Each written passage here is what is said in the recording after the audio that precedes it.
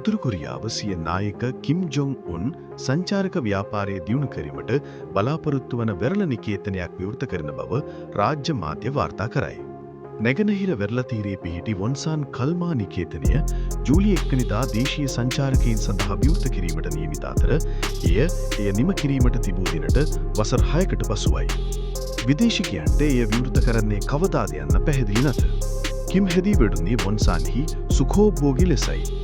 එහි රටේ ප්‍රභූන් බොහොමයකට පුද්ගලික විලාසති අතර මිසයිල අත්හදා බැලීමේ ස්ථානයක් ලෙස පැවතීම නගරය මේ හරහා යම් පරිවර්තනයක් කිරීමට ඔහු උත්සාහ කර ඇත.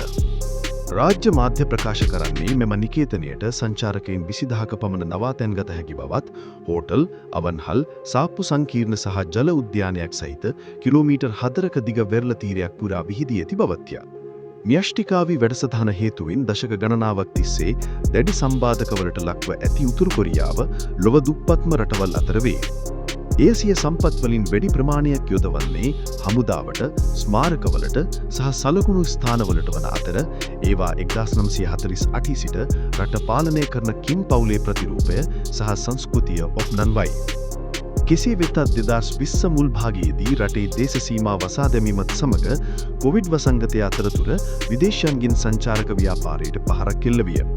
2023 මැද භාගයේ වන තෙක් එය සීමාවන් ලිහිල් නොකළ අතර වසරකට පසුව රුසියානු අමුත්තන් පිළිගත්තේය.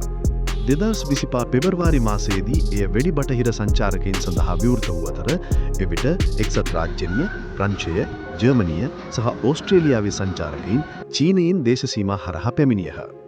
නමුත් සති කිහිපයකට පසුවේය සංචාරක ව්‍යාපාරය හදිසියෙම නතර කළේ හේතුවක් නොදක්වාමනි. සමහර සංචාරක ආයතන වොන්සාන්හි විදේශිකයන්ට ඇති ආකර්ෂණීය පිළිබඳව සැක පහළ කරයි.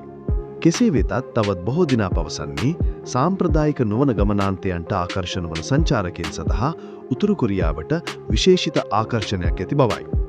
උතුරු කොරියාවේ අද්විතීය සංස්කෘතික සන්දර්භයේ ගෙඩුණු වෙරළ නිකේතනයක් වන්නේ හුරුපුරුදු දෙයක් අත්දැකීම කුතුහලය දනවන සුළුවයි. වොන්සාන් සංවර්ධනය මුළු රටටම විශිෂ්ට සුබදායි සිදුවීමක් ලෙස එරට මාධ්‍ය විස්තර කරනු ලබන අතර එය සංචාරක ව්‍යාපාරී නව යුගයක පෙරනිමිත්තක් ලෙසද හඳුන්වා දුන්නවි. එය මුලින්ම 2019 ඔක්තෝබර් මාසයේදී විවෘත කිරීමට නියමිත වූ අතර වසංගතය පැමිණීමට පෙර ඉදිකිරීම් ප්‍රමාදයන්ට මුහුණ දුන්නේය.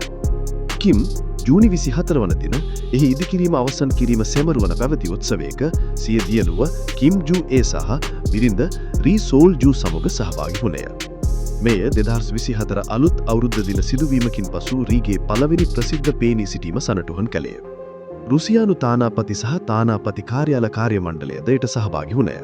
සමහර සංචාරක ක්‍රියාකරුවන් අපේක්ෂා කරන්නේ මෙම නිකේතනය රුසියානු සංචාරකයන් සඳහා විවෘත කර අතර දැනට රටේ උණුසුම් ප්‍රදේශවලට ඇතුල්වීමට අවසර තිබෙන්නේ රුසියානුවන් පමණයි. දිනෙන් දින අලුත් වන කාලින පුවත් සමග රැඳී සිටින්න. ඉදිරියට අප සමග රැඳී සිටින්නට අපව සබ්ස්ක්‍රයිබ් කරන්න, කමෙන්ට් හා ලයික් කරන්න. ස්තුතියි.